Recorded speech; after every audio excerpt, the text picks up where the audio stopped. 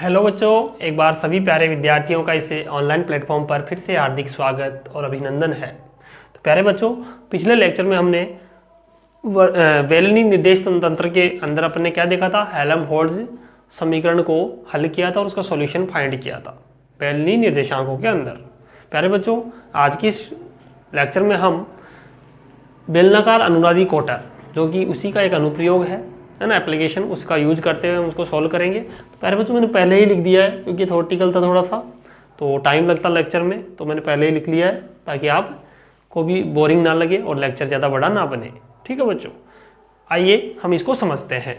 देखो, बेलनाकार जो अनुनादी कोटर है वो क्या होता है, जब किसी बेलनाकार चालक की आंतरिक पृष्ठों को क्या कर दिया जाए, काला कर दिया जाए। ये जो बेलनाकार पृष्ठ है ये खोखली ट्यूब है बच्चों, एक खोखली ट्यूब है, बेलन के आकार की है, उसके आंतरिक पृष्ठों को क्या कर दिया जा रहा है, काला कर दिया जाता है ना। कोई भी किसी से भी काला कर दिया जा सकता है इसको ना, यानी इसके आंतरिक पृष्ठों पे काली परत का लेप चढ़ा दिया जाता है। ठीक है बच्चों, आइए, तो यह बेलनाकार चालक कोटर का कार्य करने लग जाता है। कोटर का मतलब तो केवीटी, केवीटी का वर्क करने लग जाएगा। आगे पढ़िएगा, बेलनाकार चालक पृष्ठों से निर्मित वह कोटर, बेलनाकार चालक पृष्ठों से, ये जो बाहर की जो इसकी बॉडी होती है वो कंडक्टिंग होती है, चालक सतह होती है। कितने पृष्ठ होंगे इसमें, एक तो ये नीचे वाला, एक ये वाला, और एक इसका वक्रित भाग, कर्व्ड पार्ट। तो कितने पार्ट होंगे बेलन में, 3। 2 तो सर्किल के आकार के होते हैं और एक कर्व्ड पार्ट होता है इसका, है ना, वक्रित सतह जिसे अपन बोल सकते हैं ना। अब देखिए बच्चों, आगे अपन देखते हैं। तो बेलनाकार चालक पृष्ठों से निर्मित वह कोटर जिसके अंदर अनुप्रस्थ विद्युत विधा या अनुप्रस्थ चुंबकीय विधा। बच्चों ये समझिएगा, देखो बेलनाकार जो केविटी है उसके अंदर 2 प्रकार के मोड होंगे, एक तो ट्रांसवर्स इलेक्ट्रिक मोड, एक ट्रांसवर्स मैग्नेटिक मोड। इन दोनों मोडों के अंदर विद्युत चुंबकीय जो तरंगे हैं उनको उत्सर्जित किया जाता है। किसके अंदर, इस बेलनाकार कोटर के अंदर। तो बच्चों ये मोड क्या होते हैं इनके बारे में अपन आगे समझेंगे अभी, है ना। तो कितने मोड हैं यहाँ पर, तो अनुप्रस्थ विद्युत विधा को इंग्लिश में कहते हैं ट्रांसवर्स, विद्युत को कहते हैं इलेक्ट्रिक, और विधा को मोड। तो आप इंग्लिश में ज़्यादा याद रखोगे तो सही रहेगा, ट्रांसवर्स इलेक्ट्रिक मोड, या शॉर्ट में रखो तो टीई मोड। टी का मतलब ट्रांसवर्स, ई का मतलब इलेक्ट्रिक, तो टीई मोड। और एक होता है अनुप्रस्थ चुंबकीय विधा, इसका मतलब मीन्स क्या है, ट्रांसवर्स मैग्नेटिक मोड, तो टीएम मोड। ऐसा लिखो टीएम मोड, या मोड भी लिख लेना, में विद्युत चुंबकीय तरंगे उत्पन्न की जाती है तथा ये उत्पन्न विद्युत चुंबकीय तरंगे क्या करती है बच्चों, मैक्सवेल की जो विद्युत चुंबकीय तरंगों के समीकरण है उनको संतुष्ट करती है, सेटिस्फाई करती है। इट मीन्स अपन इनका जो हल है यहाँ पर वो मैक्सवेल इक्वेशन की सहायता से फाइंड करेंगे बच्चों। ठीक है, तो मैक्सवेल इक्वेशन जो है उनको यूज करेंगे, जो कि आपने फर्स्ट ईयर के अंदर पढ़ा होगा इलेक्ट्रोमैग्नेटिक थ्योरी के अंदर। ठीक है बच्चों, तो आइए, तथा ये उत्पन्न विद्युत चुंबकीय तरंगे मैक्सवेल के विद्युत चुंबकीय समीकरणों को संतुष्ट करती है, तो उसे हम बेलनाकार अनुनादी कोटर कहते हैं। अगर वो सारी इन कंडीशन को सेटिस्फाई या फुलफिल करती है तो हम उसको बेलनाकार अनुनादी कोटर कह सकते हैं बच्चों। तो जब भी आपके क्वेश्चन आए तो सबसे पहले इसकी परिभाषा देंगे, अब इसका डेरिवेशनल पार्ट है वो अपन करते हैं नेक्स्ट में, है ना। इसको आप यहाँ तक राइट डाउन करो, उसके बाद आगे बढ़ते हैं।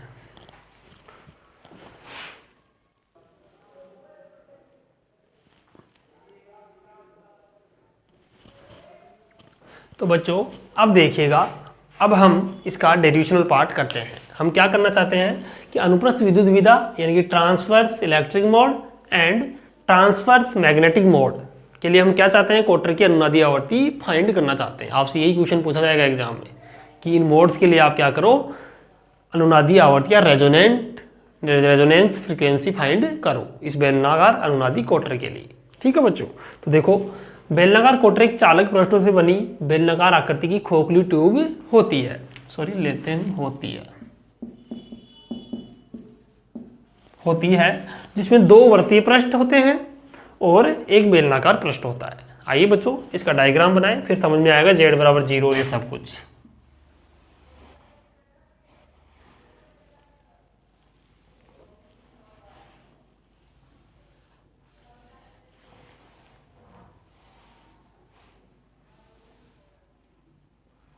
ठीक है,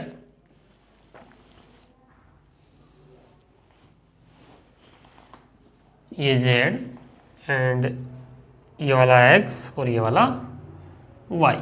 ठीक है बच्चों, वही डायग्राम बनाएंगे जो भी अपन ने पहले बनाया था। ठीक है, तो ये रो इक्वल टू कितना है ए, रेडियस कितनी इसकी ए मान रखी है अपन, है ना। और ये जो इसकी हाइट या लेंथ मान लो इसको, ये जेड बराबर कितना है डी है बच्चों। और इस वाले जो तल है ये नीचे, ये जेड बराबर डी पर है, तो यहाँ पर कौन सा तल है, एक्स वाई प्लेन है, तो इसमें कौन सा है, यानी कि ये जेड बराबर 0 पर है। ये जो वर्तीय पृष्ठ है वो जेड बराबर 0 पर है। तभी तो बोला है कि दो वर्तीय पृष्ठ है, कहाँ कहाँ पर, एक तो जेड बराबर 0 पे और एक जेड बराबर डी पे। ये जेड बराबर डी पर है दूसरा वृत्तीय पृष्ठ। ओके बच्चों, तथा एक बेलनाकार पृष्ठ रो बराबर ए पर होता है। ये रो बराबर ए इसकी रेडियस है बच्चों। ये जो आप देख रहे हैं ये वाला फलक, ये चारों तरफ घूमेगा ऐसे और एक बेलनाकार वक्रित पृष्ठ का निर्माण करेगा। तो इसकी जो रेडियस है वो रो बराबर ए है। ठीक है, तथा यहाँ ए व डी क्रमशः है बेलन की त्रिज्या व लंबाई है। ओके, अब बच्चों ये दो कंडीशन मैंने लिखी है, 1, 2 और 3। वैसे 3 हो गई, 3 बाउंड्री कंडीशन बोलते हैं इनको। क्या बोलते हैं बच्चों, बाउंड्री कंडीशन। आगे इनको काम में लेंगे, बाउंड्री कंडीशन, या बोले तो परिसीमा प्रतिबंध। हिंदी में लिखना परिसीमा प्रतिबंध, परिसीमा प्रतिबंध। ठीक है बच्चों, तो ये कहना चाह रहे हैं बाउंड्री कंडीशन क्या है कि z इक्वल टू 0 और z इक्वल टू डी, यानी इस वाले पृष्ठ पे और इस वाले पृष्ठ पे हमारे पास ई रो और ई फाई की वैल्यू 0 होगी। यानी कि जो विद्युत क्षेत्र के जो घटक है वो रो वाला घटक और फाई वाला घटक क्या होगा, 0 होगा। दूसरी बात है कि रो इक्वल टू ए पर ये जो इसका पृष्ठ ना, इसका वक्रित पृष्ठ, उस पर कौन 0 होगा, ई फाई और ई जेड, यानी कि फाई घटक और जेड घटक जो है इलेक्ट्रिक फील्ड का वो 0 होगा। ठीक है बच्चों, तो ये वाला था आपके ये। अब आइए, हमने बोला कि यहाँ से जो विद्युत चुंबकीय तरंगे उत्सर्जित होगी वो क्या करेगी, मैक्सवेल समीकरणों को संतुष्ट करती है। तो आइए हम उन्हीं का सहारा लेते हैं, तो लिखेंगे अतः मुक्त आकाश के लिए या फ्री स्पेस में, मुक्त आकाश के लिए मैक्सवेल समीकरण से, मैक्सवेल समीकरण से, फ्री स्पेस में कैसे लिखोगे, तो यहाँ पर जो अपने को मैक्सवेल समीकरण चाहिए तीसरा और चौथा जो है वो वाला काम आएगा। तो del cross B is equal to, sorry E आता है, बी नहीं आता थर्ड में, del cross E minus del B upon del T, यही होता है बच्चों। और देखिए बच्चों, जो तरंग समीकरण है वो हम यहाँ पर मानेंगे, माना b इक्वल टू हमारे पास है b naught E to the power iota omega T. ये किसी भी तरंग का एक समीकरण होता है। तो यहाँ पर जो विद्युत चुंबकीय तरंगे उनका समीकरण मैंने मान लिया b equal to b naught E to the power iota omega T. b naught क्या है, उस तरंग का आयाम, एम्पलीट्यूड है। ओके, ये तरंग का विस्थापन है। ठीक है बच्चों, ये तो आप सभी जानते हो, छोटी क्लासों में आपने पढ़ा है इसके बारे में, फर्स्ट ईयर में भी पढ़ लिया है। आइए बच्चों, इसको अपन सोल्व करते हैं इसके अंदर रख के। अब पूरा मैथमेटिकल प्रोसेस है जो हमें करना है, थ्योरेटिकल पार्ट इसका कंप्लीट हुआ। अब देखिए बच्चों, b की वैल्यू इसमें रखें तो डेल क्रॉस ई जो फाइनली हमारे पास आएगा minus del upon del T B naught E to the power iota omega T. तो डेल क्रॉस ई बराबर माइनस बी नोट और यहाँ से क्या आएगा iota omega and E to the power iota omega T. तो डेल क्रॉस डिफरेंशिएट कर दिया इसको टी के सापेक्ष, डेल क्रॉस ई, यहाँ से देखो बच्चों इसको अपन लिखेंगे iota omega B naught E to the power iota omega. तो बच्चों इसके इक्वल कितना है, बी है, तो इसको बी कह सकता हूँ मैं। डेल क्रॉस ई बराबर वेक्टर लगा सकते हो, इलेक्ट्रिक फील्ड है, minus iota omega and B vector. ठीक है बच्चों, इसके आगे देखिए, इसको थोड़ा और सोल्व करें।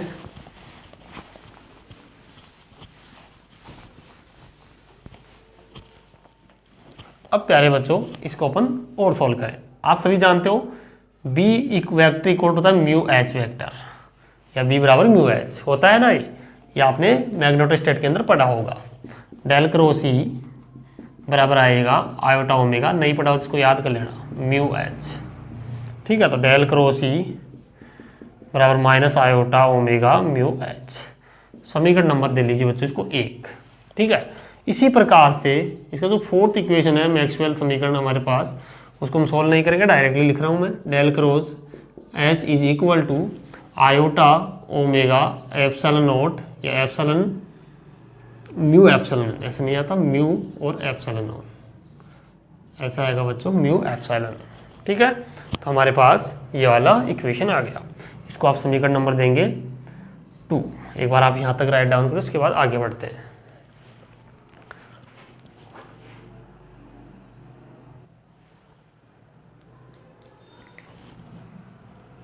अब देखिए बच्चों, इसको अपन आगे करते हैं, है ना बच्चों। ये समीकरण नंबर 1, समीकरण 2 है ना बच्चों। इसमें थोड़ा मिस्टेक हो गया, म्यू नहीं आएगा, इसमें आएगा एप्सिलॉन ई, है ना, इलेक्ट्रिक फील्ड आता है इसमें। तो समीकरण 1 और 2 को अपने को ध्यान में रखते हुए सोल्व करना है। आइए बच्चों, अब हम सबसे पहले समीकरण 1 का हल करते हैं।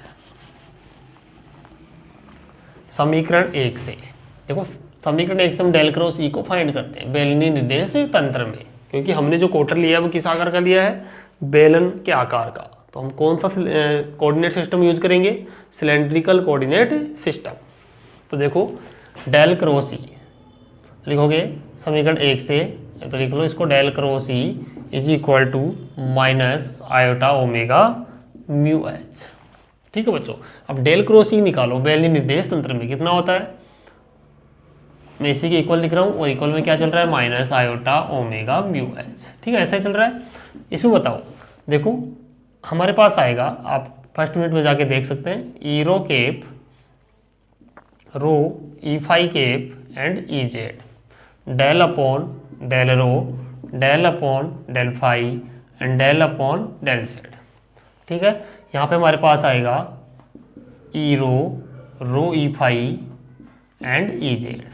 ठीक है बच्चों, यहाँ से हम इसको आगे सोल्व करते हैं। इस डायग्राम की अब हमें कोई रिक्वायरमेंट नहीं है, यहाँ पर टोटली मैथमेटिक्स चलेगा। अब देखो यहाँ से इसको सोल्व करें, और बच्चों बाहर 1 रो भी आता है, क्योंकि 1 H1 H2 H3 होता है, तो 1 रो 1, तो यहाँ पर 1 रो आएगा। ये तो सबको पता है ना फॉर्मूला इसका। देखो डेल क्रॉस ए का फॉर्मूला मैंने आपको सभी को बताया था, 1/H1 H2 H3 H1 E1 cap, H2 E2 cap and H3 E3 cap, del upon del U1, del upon del U2, del upon del U3, H1 A1 H2 A2 H3 A3। बच्चों ये बताया था कि नहीं। तो यहाँ पर हम इस फॉर्मूले में क्या है, हमारे पास एक की जगह कौन है, E, तो यहाँ पर घटक भी किसके आएंगे, E1 E2 E3। तो E1 को मैंने मान लिया E रो, इसको मान लिया E फाई और इसको E Z. H1 H2 H3 कितने होते हैं इसमें बेलन में, 1, H2 होता है रो और H3 1, इन्हें पुट कर लो। U1 U2 U3 का तो रो फाई जेड होते हैं, पुट करेंगे तो आंसर आ जाएगा ना, यही आएगा। बच्चों सोल्व कीजिएगा इसको, डिटरमिनेंट को, 1 रो, देखिएगा E rho cap del E Z del phi minus rho del E phi upon del Z. ठीक है, minus rho E phi cap, और इसमें आएगा हमारे पास del E Z del rho minus del E rho upon del Z plus E Z cap, है ना, यहाँ केप लगाइएगा। ई जेड केप में कौन आएगा, रो, और अपने पास बनेगा del E phi upon del rho minus del E rho upon del Z. Okay बच्चों, तो यहाँ तक आप इसको सोल्व करें। अब देखिएगा, और हमारे पास इक्वल में क्या चल रहा है, minus iota omega mu H. बच्चों यहाँ पर एच की आप एक वैल्यू लिखेंगे ना, यहाँ लिख लीजिएगा, एच बराबर होता है एच रो, अगर वैल्यू निर्देश तंत्र में लिखें तो इसको H rho H phi E phi cap and H Z E Z K. तो एच की वैल्यू यहाँ पे पुट करेंगे कंपोनेंट के फॉर्म में, तो देखो कैसे, minus iota omega mu H rho E rho cap and H phi E phi cap and H Z E Z cap. ठीक है बच्चों, हमारे पास ये वैल्यू आएगी। तो दोनों तरफ क्या करें बच्चों, दोनों तरफ ईरो केप के गुणांकों की तुलना करने पर, ईरो केप के गुणांकों की तुलना करने पर कीजिएगा बच्चों 1/रो del E Z del phi and rho del E phi del Z. ठीक है, ये आएगा। और उधर से कितना आएगा, माइनस आयोटा ओमेगा म्यू और एच रो। ठीक है बच्चों, ये वाली वैल्यू आएगी। फाइनली एच रो कितना आ जाएगा यहाँ से, एच रो आएगा बच्चों 1/ minus iota omega mu rho and अपने पास आएगा del E Z del phi minus rho del E phi upon del Z. ठीक है बच्चों, एच रो की वैल्यू यहाँ से निकाली, इसको डिवाइड में भेज दिए थे। ओके, एक बार आप यहाँ तक राइट डाउन करो, इसके बाद आगे चलते हैं।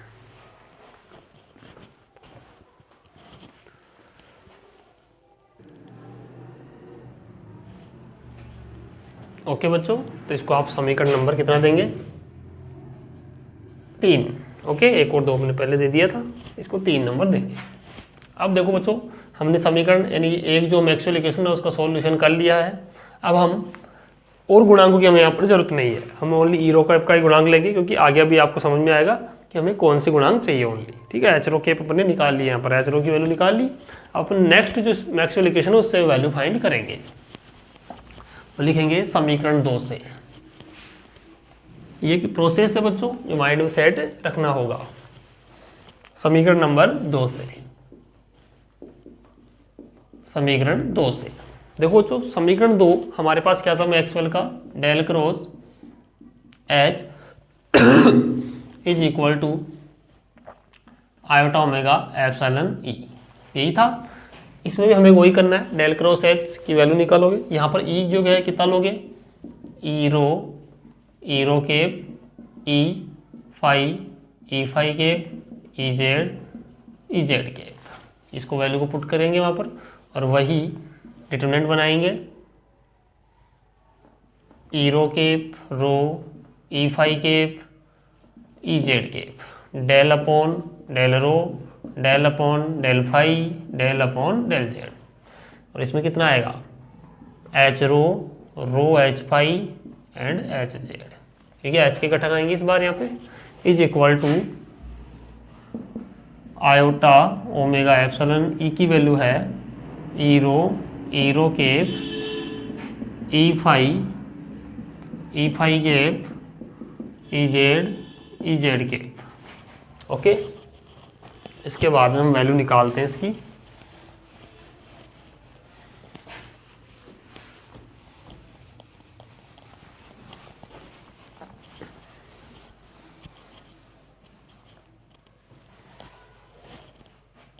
तो देखो बच्चों, यहाँ से सॉल्व करो इसको, ईरो यहाँ पे 1/रो फिर से आएगा, तो 1/रो ईरो केप कितना आएगा यहाँ पर, del H Z del phi minus rho del H phi upon del Z.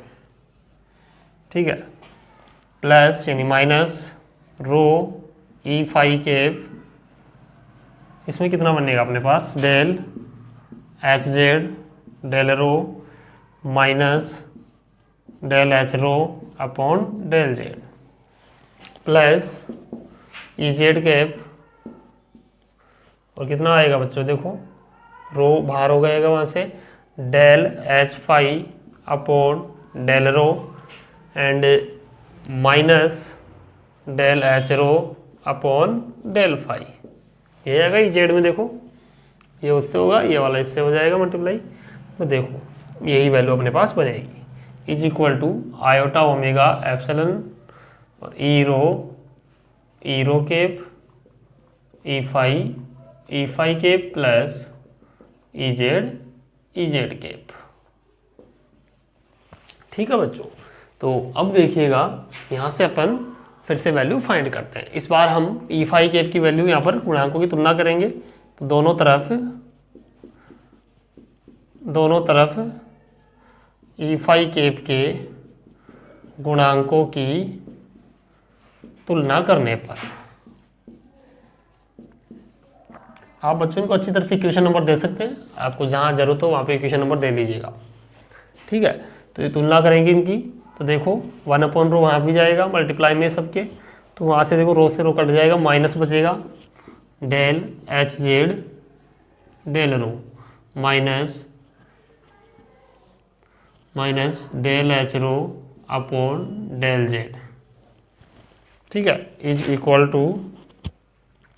To कितना आएगा बच्चों, यहाँ से देखो उधर से अपने को मिलेगा आयोटा ओमेगा एप्सिलॉन और ई फाई, ठीक है बच्चों। फाइनली हमारे पास यहाँ से जब ई फाई की वैल्यू हम कैलकुलेट करेंगे तो हमें मिलेगा 1 आयोटा ओमेगा एप्सिलॉन, और ये वैल्यू को मैं माइनस को अंदर मल्टीप्लाई करा लेता हूँ, तो डेल एच रो प्लस का हो जाएगा and del H Z upon del rho, ठीक है बच्चों। इससे पीछे वाले वो नंबर दिया होगा, इसको भी नंबर आप दे लीजिएगा। तो यहाँ तक आप राइट डाउन करें, उसके बाद अपन आगे बढ़ते हैं।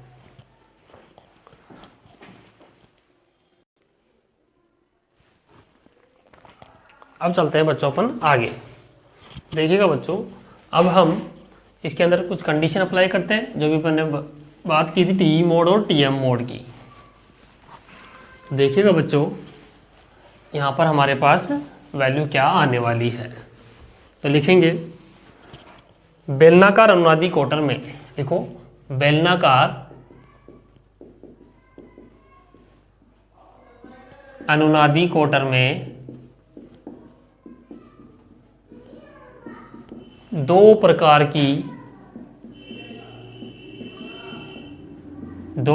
की विधाओं से विद्युत चुम्बकीय तरंगें उत्पन्न की जाती हैं। विद्युत चुम्बकीय तरंगें उत्पन्न की जाती है, ओके बच्चों। तो उत्पन्न की जाती है, दैट मीन्स दो कौन से मोड हैं जिनकी सहायता से उत्पन्न की जाती है। तो पहला है टी मोड, लिखेंगे इन टी मोड, इंग्लिश में लिख लो इन टी मोड। टी मोड में बच्चों क्या होगा, जो इलेक्ट्रिक फील्ड का जो जेड घटक है वो 0 हो जाता है। एंड इन टीएम मोड में क्या होता है, टीएम मोड में होता है बच्चों एच जेड का, यानी एच का जेड घटक हो जाता है ना, एच यानी कि इसका इलेक्ट्रिक फील्ड का जेड घटक और चुंबकीय क्षेत्र का जेड घटक क्या हो जाएगा, 0 हो जाएगा, ठीक है बच्चों। ये इनकी कंडीशन है, जब टी मोड होगा तो ये वाला होगा, टीएम मोड होगा तो ये वाला होगा, ठीक है। अब अपन क्या करते हैं, इस इक्वेशन में वैल्यू पुट करते हैं। तो हम बात करें समीकरण नंबर जो भी आप दे रहे हो इसको दे लीजिएगा, 6, 5 जो भी देना हो। तो हम देखते हैं यहाँ पर E phi equal to 1 iota omega epsilon. यहाँ पे देखो बच्चों del H rho and del Z, H Z की वैल्यू वहाँ 0 कर दीजिएगा, इसकी सहायता से टीएम मोड की सहायता से, यानी टीएम मोड अप्लाई कर रहे हैं उसमें डेल अपॉन डेल रो और एच जेड 0 हो गया, दैट मीन्स ये वाला पार्ट 0 हो गया। तो हमारे पास ई फाई की वैल्यू आएगी iota omega epsilon del H rho upon del Z, okay बच्चों। तो अब देखिएगा हमारे पास ये वैल्यू आई।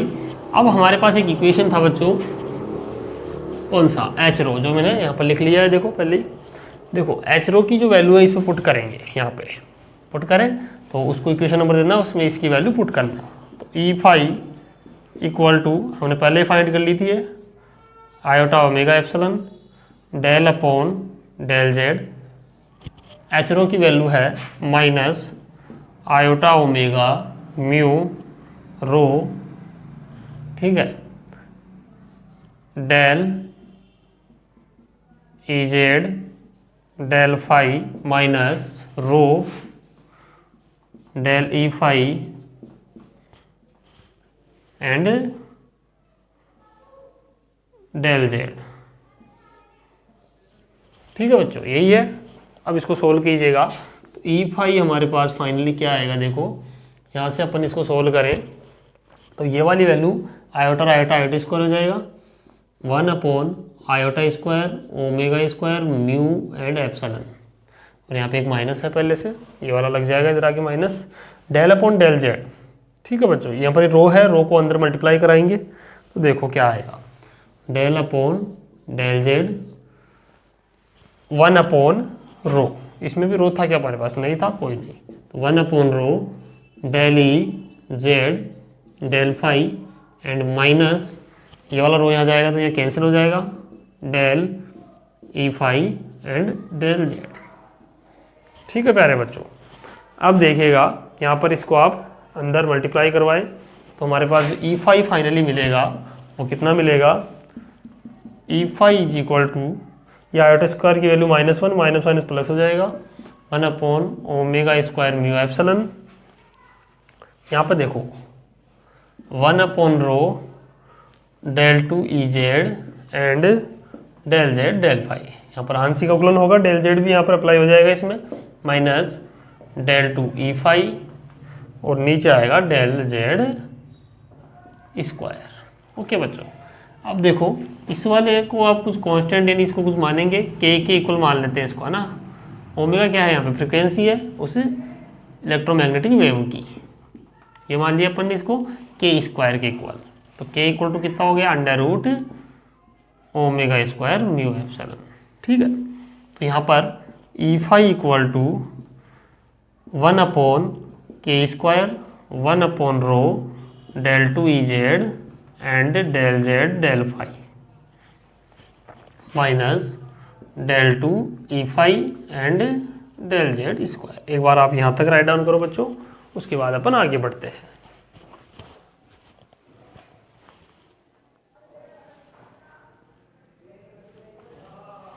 आइएगा बच्चों, अब अपन इसका आगे सॉल्यूशन करते हैं।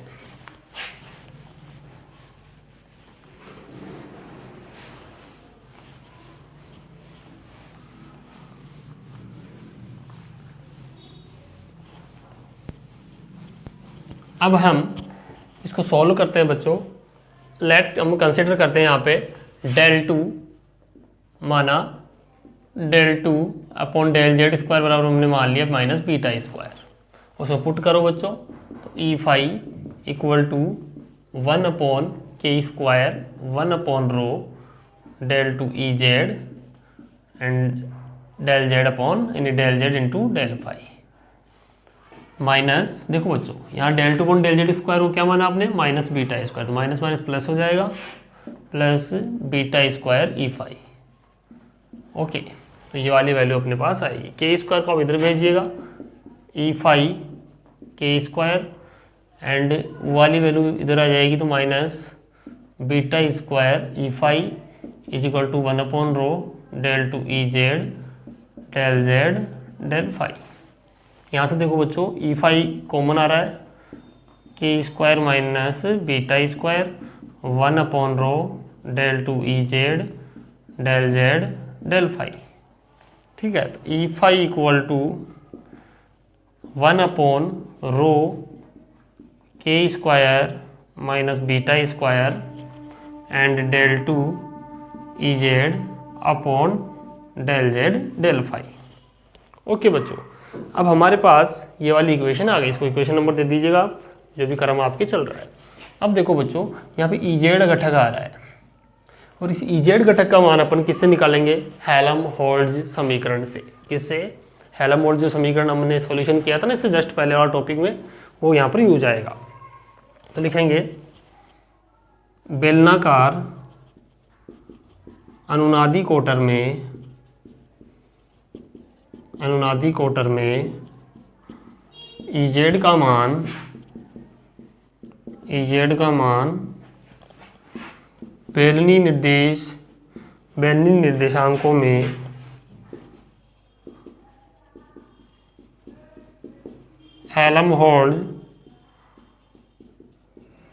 हेल्महोल्ट्ज समीकरण से ज्ञात किया जाता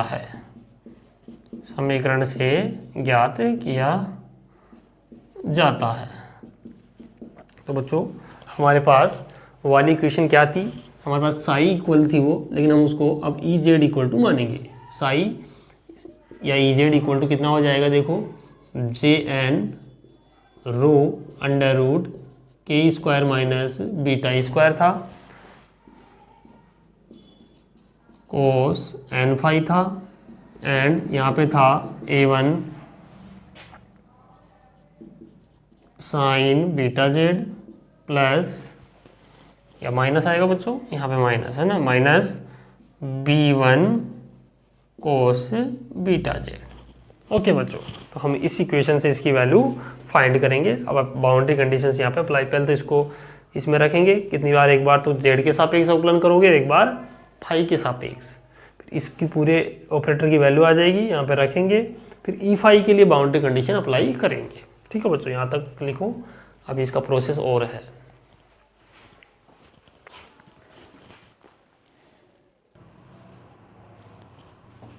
अब देखिए बच्चों, इसको आगे अपन सॉल्व करते हैं। बच्चों यहाँ पे प्लस आएगा ना, इस सॉल्यूशन में प्लस था, अब देखिएगा पीछे। अब देखो यहाँ पर हमें क्या करना है, इस वाली इक्वेशन में वैल्यू रखनी है। फिर तो पहले हम क्या करें, ये जो इक्वेशन दे रखा है इसको, जैसे मान लो मैंने ए इक्वेशन दे दिया है ना, और इसको दे देता हूँ ए, इसको मैंने बी दे दिया है। आप अपने क्रम से दीजिएगा जो आपने पहले से देते रहे हो आप, जैसे नंबर वाई है ना। तो देखो समीकरण बी का एक बार जेड के सापेक्ष या एक बार फाई के सापेक्ष व एक बार जेड के सापेक्ष अवकलन करने पर। ठीक है बच्चों, मैं एक साथ अवकलन करूंगा इसका। देखो del two E Z and del Z del phi. देखिए बच्चों, सबसे पहले मैं फाई के रेस्पेक्ट में करूंगा, दो बार होगा, एक बार तो फाई के रेस्पेक्ट में, एक जेड के रेस्पेक्ट में। आप अलग अलग भी करा लो, चाहे डेल अपॉन डेल फाई करा लो पहले, फिर उसी के ऊपर del upon del Z apply कर दो, तो यही फंक्शन बनेगा। आंशिक अवकलन आप पहले किसी का भी कर सकते, कोई फर्क नहीं पड़ता, क्योंकि आपने एक प्रॉपर्टी पढ़ी होगी आंशिक अवकलन में कि del two upon del X del Y वो इक्वल होता है बच्चों साई मान लो यहाँ पे, और del two psi del Y del X. ये क्रम विधि में नियम का पालन करते हैं बच्चों, है ना, इनमें कोई फर्क नहीं पड़ता आंशिक अवकलन में। तो ये यहाँ पर प्रॉपर्टी लग रही है। तो देखो जब फाई के रेस्पेक्ट में करूंगा पहले, तो फाई वाला फंक्शन का ही अवकलन होगा और बाकी सेम रहेगा इसी कैसे। तो कोस एन फाई का क्या हो जाएगा, माइनस साइन एन फाई, और एन बाहर आ जाएगा। ठीक है, तो करते हैं। और फिर जेड का, जेड के सापेक्ष भी होगा, तो इन दोनों का होगा, है ना। तो मैं कर रहा हूँ, देखिएगा, J N rho under root K square minus beta square. ठीक है, कोस एन फाई का minus N sine N phi. और बच्चों इसमें देखो A1 बीटा बाहर होगा, cos beta Z minus cos के लिए, है ना, B1 beta and sine beta Z. Okay, ये वाली वैल्यू हमारे पास आएगी del two E Z del Z del phi J N rho under root K square minus beta square. देखो बच्चों यहाँ पे n को आप यहाँ पर ले लीजिएगा माइनस n, है ना, एंड साइन एन फाई अपने पास यहाँ पर है A1 बीटा, और बीटा भी कॉमन ले लीजिएगा दोनों में से, और यहाँ बाहर आ जाएगा ना, तो माइनस एन बीटा। ठीक है, तो एन बीटा, तो A1 cos beta Z B1 sine beta Z. Okay बच्चों, तो ये वाली वैल्यू अपने पास आ गई यहाँ पर। तो इस वैल्यू को आप इसमें पुट करेंगे, इसको आप दे दीजिए समीकरण नंबर सी। समीकरण सी का मान समीकरण ए में रखने पर, ए में रखिएगा बच्चों, ई फाई हमारे पास वैल्यू मिलेगी हमें 1 upon rho K square minus beta square. यहाँ पे इस वाले पूरे ऑपरेटर की वैल्यू यहाँ से लेंगे अपन, ये वाली, तो माइनस एन और बीटा को तो बाहर कर लिया मैंने, और J N rho under root K square minus beta square and sine N phi, और दूसरा अपने पास A1 cos beta Z B1 sine beta Z. ये B1 है, ध्यान रखें, बीटा ना समझ जाए तुम इसको। तो ये वाली वैल्यू अपने पास बच्चों आ गई है ना। तो एक बार आप यहाँ तक लिखो, उसके बाद आगे बढ़ते हैं अपन।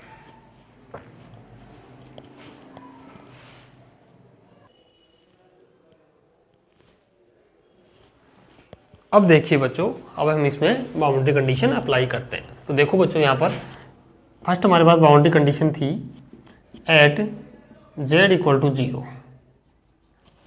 z इक्वल टू 0 पे आप बाउंड्री कंडीशन जाके देखो बच्चों क्या थी, ई फाई इक्वल टू 0, और ई जेड भी 0 था, लेकिन हम यहाँ बात ई फाई है तो ई फाई को ही लिखेंगे ना। तो ई फाई कितना हो जाएगा, यहाँ पे 0 हो जाएगा z इक्वल टू 0 पे। तो पुट करो 0 equal to minus N beta upon rho K square minus beta square, और बच्चों J N rho under root K square minus beta square, ठीक है। और यहाँ पे आएगा साइन एन फाई, ठीक है बच्चों। और इस वाले ब्रैकेट पार्ट को मैं नीचे लिख रहा हूँ ताकि आपको अच्छी तरह विजिबल हो जाए। A1 cos beta into Z की जगह 0 रखना है, B1 sine beta into 0, Z की जगह 0। ओके बच्चों, अब हम इसको आगे सोल्व करते हैं। उम्मीद करता हूँ आप अच्छे से नोट्स बना रहे होंगे बच्चों। इंपॉर्टेंट टॉपिक है, एग्जाम में आ सकता है। अब देखो बच्चों, यहाँ पे जेड डिपेंडेंट जो पार्ट था उसको आप 0 की इक्वल करेंगे, क्योंकि ये सब 0 थोड़ी ना हो सकता है, क्योंकि हमने ओनली जेड डिपेंडेंट पार्ट में क्या रखा है, बाउंड्री कंडीशन को अप्लाई किया है। तो देखो हमारे पास A1 cos beta into 0 minus B1 sine beta into 0 equal to 0 कर लेंगे ना। इसी 0 की इक्वल इसको कर दिया इस पार्ट को अपन ने। यहाँ पर देखो A1 ये पूरा ही 0 हो गया, A1 इक्वल टू 0 आ गया बच्चों, ठीक है। A1 इक्वल टू जब 0 आया बच्चों तो उसमें पुट करेंगे अपन। तो हमारे पास ई फाई का जो वैल्यू आएगा वो आएगा N beta rho K square minus beta square J N rho K square minus beta square sine N phi, sorry N तो बाहर है, साइन फाई आएगा ना ओनली, साइन फाई। और इसके ब्रैकेट में क्या है बच्चों, इसको आगे कर लेते हैं अपन।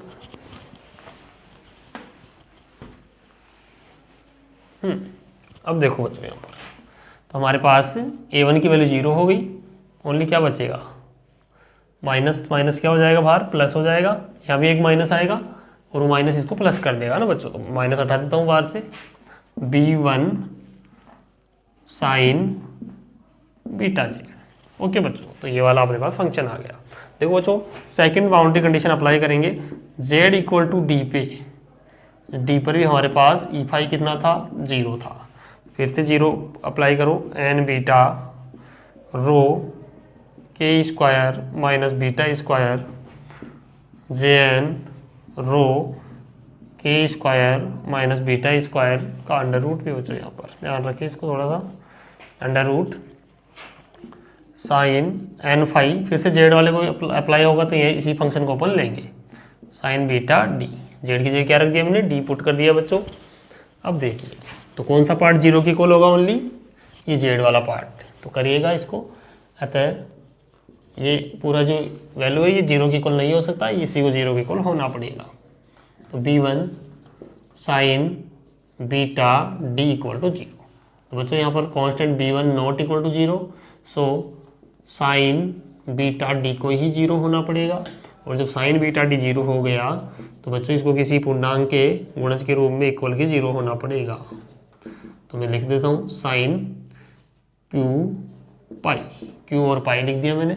तो बच्चों beta D equal to Q pi, तो बीटा की वैल्यू आ गई Q pi upon D, Q pi upon D.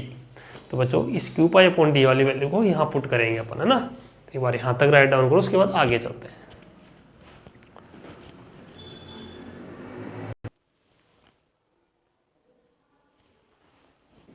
अब देखिए बच्चों, इन सभी हल को अपन जो हमारे पास EZ वाली वैल्यू थी वहां ले जाके पुट करेंगे। तो प्यारे बच्चों, EZ इक्वल टू हमारे पास क्या था बताओ? EZ इक्वल टू था JN rho under root K square minus beta square, और क्या था बच्चों यहाँ पे? कोस एन फाई, ठीक है। एंड A1 था ना, A1 था या B1? A1, और अपने पास आ गया था sign beta Z plus B1 कोस बीटा जेड। ये इक्वेशन थी, आप देख लीजिए कॉपी के अंदर अपनी में। अब देखो, तो EZ इक्वल टू JN अपनी जगह है, रो ऐसे कैसे अंडर रूट K स्क्वायर, और बीटा की वैल्यू देखो अभी निकाली अपन ने Q पाई अपॉन डी। इसको इक्वेशन नंबर दे लेना कुछ भी, Q पाई अपॉन डी का square, cos N phi, and बच्चों A1, और अपनी बात देखो इसका भी वैल्यू 0 आया था किसी का, A1 का कॉन्स्टेंट की वैल्यू 0 है, तो ये वाला पार्ट क्या हो जाएगा बच्चों? 0 हो जाएगा। फाइनली क्या बचेगा? B1 कोस बीटा की value Q pi upon D और जेड। ओके बच्चों, अब देखो बच्चों, यहाँ पे एक बाउंड्री कंडीशन हमारे पास और बच गई है, तीसरा बाउंड्री कंडीशन लिखेंगे एट रो इक्वल टू ए पर। रो इक्वल टू ए पे क्या था बच्चों? EZ को 0 होना पड़ेगा, ये बाउंड्री कंडीशन थी। तो EZ को 0 करेंगे रो इक्वल टू ए पे, तो हमारे पास JN A आ जाएगा under root K square minus Q pi upon D का square, cos N phi, and B1 cos Q pi upon D और जेड। अब बच्चों देखो, ये है बेसल फंक्शन। बेसल फंक्शन को एक्चुअल में ऐसे लिखा जाता है बच्चों, JN और X। JNX एक बेसल फंक्शन होता है। X की जगह देखो इतना ये टर्म आ रहा है, तो ये X हो गया ना, X का वैल्यू हो गया। तो बच्चों जब भी हमारे पास ऐसे होता है तो हमारा जो बेसल फंक्शन है वो एक आवर्ती फलन होता है बच्चों। बेसल फलन क्या होता है? एक आवर्ती फलन होता है। अतः इस अगर ये 0 के इक्वल है मल्टीप्लाई में देखो तो इसके अनंत हल हो सकते हैं। इस वाले पार्ट को आप 0 की तरफ भेज दो, भेजिएगा देखो मैं एक बार समझाता हूँ अच्छे से। JN A under root K square minus Q pi D का स्क्वायर, ठीक है, इज इक्वल टू 0। इन सबको आप लोग अपन ने 0 की तरफ भेज दिया, ठीक है। अब देखो ये 0 नहीं हो सकता ऐसे, है ना। अब देखो ये 0 कैसे होता है, सुनो। ये बेसल फंक्शन है, वो लिखेंगे since JNX is equal to 0, तो लिखेंगे x इक्वल टू 0 पर, या ऐसे लिखोगे बेसल फलन एक आवर्ती फलन होता है, एक पीरियोडिक फंक्शन होता है बच्चों। और आपको पता है पीरियोडिक फंक्शन क्या करता है? अपना एक निश्चित समय के बाद में अपने वैल्यू को रिपीट करता है, उसी को तो हम पीरियोडिक फंक्शन कहते हैं। जैसे साइन का जो फंक्शन है वो पीरियोडिक फंक्शन है। देखो कैसे, आपको बताऊं, साइन पाई की वैल्यू भी 0, साइन 2 पाई की वैल्यू भी 0, साइन 3 पाई की वैल्यू भी 0। तो यानी कि देखो अलग अलग मानों पे क्या हो रहा है, साइन 0 हो रहा है। तो एक पीरियोडिक फंक्शन है, इसके इनफाइनाइट हल हो सकते हैं बच्चों, है ना। अगर तुम इसको 0 की इक्वल कर रहे हो तो इट मीन्स ये जो पीरियोडिक फंक्शन है इसकी इनफाइनाइट क्या होंगे, सॉल्यूशन होंगे। तो लिखो आवर्ती फलन है, अतः एक बार तुम यहाँ तक लिखो, उसके बाद लिखते हैं ना, जगह नहीं है अपने पास, स्पेस नहीं है, इसको यहाँ तक कंप्लीट करो।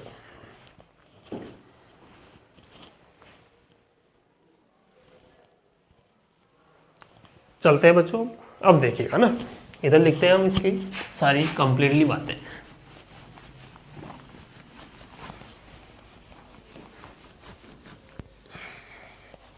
देखो तो लिखेंगे बेसल फलन एक आवर्ती फलन है, अतः JNX इक्वल टू 0 पर इसके अनंत हल हो सकते हैं, इट मीन्स हमारे पास x की वैल्यू कितनी है, वो वाली तो है। तो ये जो यानी कि x है वो किसी एक सॉल्यूशन के इक्वल होगा। तो मान लेते हैं, माना इसको कोई नंबर दे देना ना आप, कोई भी है ना। इस समीकरण का जो हल है मैं लेता हूँ इसको d। माना समीकरण t का एक हल गामा NP है, गामा NP। ओके बच्चों, तो इसका जो x वाला पार्ट है JNX, ये किसकी इक्वल हो जाएगा, गामा NP के।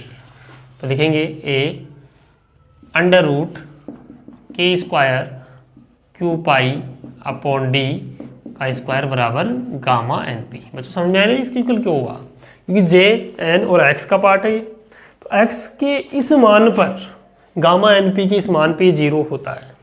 इट मीन्स गामा NP इसका सॉल्यूशन नहीं है। अब गामा NP क्यों माना, क्योंकि n और p की अलग अलग वैल्यू पर ये अलग अलग वैल्यू देगा तुम्हें, ठीक है।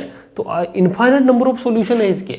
जैसे कि देखो, जैसे x स्क्वायर माइनस 4 बराबर 2, सॉरी 0, तो x स्क्वायर बराबर 4 हो गया तुम्हारे पास। तो x equal two plus minus 2 आ गया। इट मीन्स बच्चों x बराबर 2 एंड x बराबर माइनस 2 इस फंक्शन के क्या है, सोल्यूशन है। चाहे पुट करके देखो, तो x 2 का स्क्वायर माइनस 4 कितना आ गया 0, माइनस 2 का स्क्वायर भी करोगे तो भी 0 आ रहा है, यानी इसको सेटिस्फाई कर रहे हैं दोनों सॉल्यूशन। इसी प्रकार गामा NP भी क्या है, इसका एक सॉल्यूशन है, ठीक है। तो x की इक्वल आई है वैल्यू, तो x की इक्वल हमने क्या मान लिया, ये x ही तो था, x की इक्वल हमने गामा NP मान लिया। तो x इक्वल टू देखो कितना आया यहाँ पर 2 आया था, तो x इक्वल टू का मीन्स है गामा NP। तो x का वैल्यू तो ये रहा और 2 का मतलब है गामा NP। इसी प्रकार x का इक्वल वैल्यू ये है, -2 का मतलब है गामा NP। यानी कि इनफाइनाइट, या तो दो ही सॉल्यूशन है, लेकिन बेसल फलन क्या है, एक आवर्ती फलन है बच्चों, तो इसके इनफाइनाइट नंबर ऑफ सॉल्यूशन होंगे।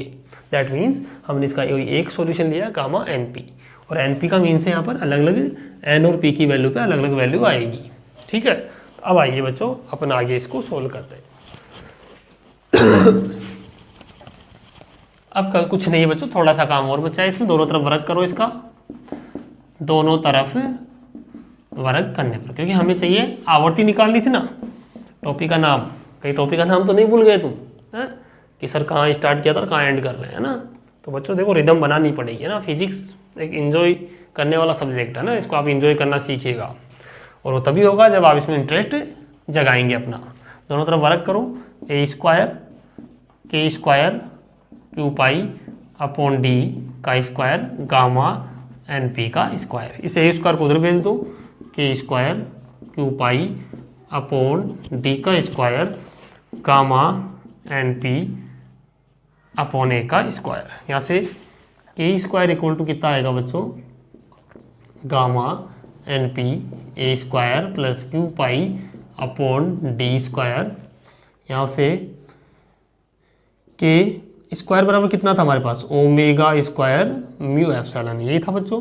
तो यहाँ पर लिखेंगे गामा NP अपॉन a का square plus Q pi upon D का स्क्वायर, ठीक है बच्चों। आगे इसको और सोल्व करें थोड़ा सा, तो हमारा ये वाला बेलनाकार अनुनादी क्वार्टर कंप्लीट हो जाएगा।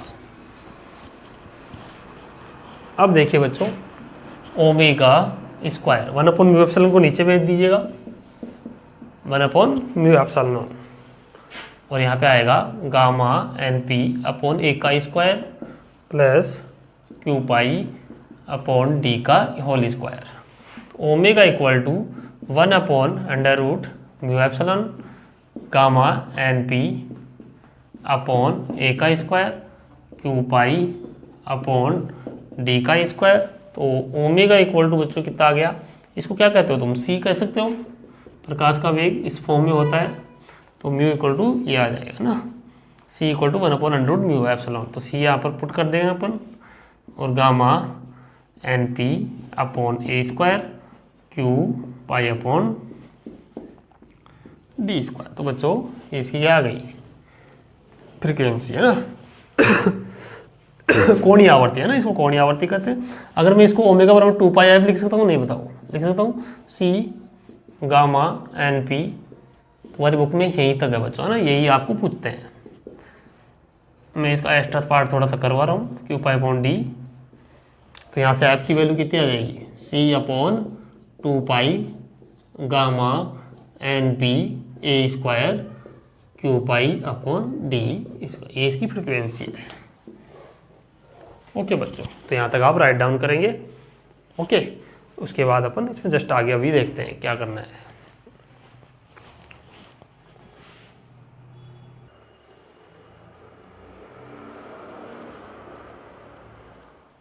अब देखिए बच्चों, इसको एक भी चीज़ देखो बच्चों, यहाँ पर अपने जब के स्क्वायर किया, ऐसा वैल्यू लिखा तो ओमेगा स्क्वायर आया, ओमेगा फिर अपने स्क्वायर अंडूल लगाया तो इसके पे अंडूल लगेगा ना पूरे के, तो पावर हाफ हो जाएगी, है ना, इसकी पावर हाफ। ये पावर हाफ मत भूल जाइएगा, कोई भी पावर हाफ लगेगा ना इस पूरे ब्रैकेट के। अब देखो बच्चों, एक इसी के अंदर एक स्पेशल केस करते हैं टीएम मोड का ना। अब देखिए बच्चों, हम इसमें एक स्पेशल केस करते हैं। इक्वेशन फॉर्मेट में लिख लो इसको यहाँ पर, TM 010। इसका मीन्स है बच्चों, समझ जाना आप, ये बस आपको कहेंगे TM 010 के संगत आवर्ती निकालो, ऐसे दे देंगे, संगत आवर्ती फाइंड करो, ऐसे दे देंगे क्वेश्चन। तो कितना आएगा देखो, कैसे इसको सॉल्यूशन कैसे देंगे इसका, TM 010 बराबर TM NPQ, इसको मानना है n, इसको p और इसको q। तो n बराबर वैल्यू कितनी है 0, p बराबर 1 और q बराबर 0। उस इक्वेशन में पुट करो, ओमेगा कितना मिलता है। और देखो बच्चों, यहाँ पे एक वैल्यू है गामा NP, वो आपको क्वेश्चन में दी हुई आएगी, है ना, और आपकी बुक में एक टेबल सी बना रखी, उसको याद करने की जरूरत नहीं है। गामा NP जो है, इसके लिए आपको 2405 है ना पॉइंट, ये याद रख लेना एक के लिए, क्योंकि यही क्वेश्चन पूछते हैं वो बार बार। अगर कोई एक्स्ट्रा आए तो वो आपको क्वेश्चन में देगा गामा NP की वैल्यू।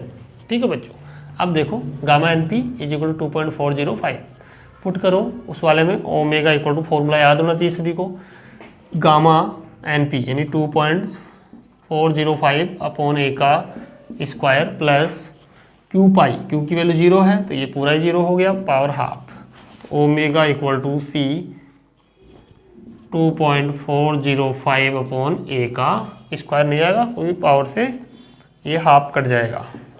तो बच्चों ये मैक्सिमम आवर्ती यहाँ पर मिल रही है ना। स्पेशल केस था तुम्हारी बुक में, इसको स्पेशल केस के नाम से है ना, मैंने क्वेश्चन फॉर्मेट में इसको डाल दिया है, तो आपके पास आए तो आप ऐसे करके आ जाओ। तो बच्चों आज के लेक्चर में इतना ही, है ना। आज अपने एक बड़ा टॉपिक इसे यूनिट का हमने कर लिया है कंप्लीट। अब बच्चों कल के लेक्चर में ये वाला यूनिट अपन फिनिश कर लेंगे, है ना। ऐसा उम्मीद करते हैं कि कल वाले लेक्चर में ये यूनिट फिनिश हो जाए। Okay, thank you, bye bye, take care, love you all.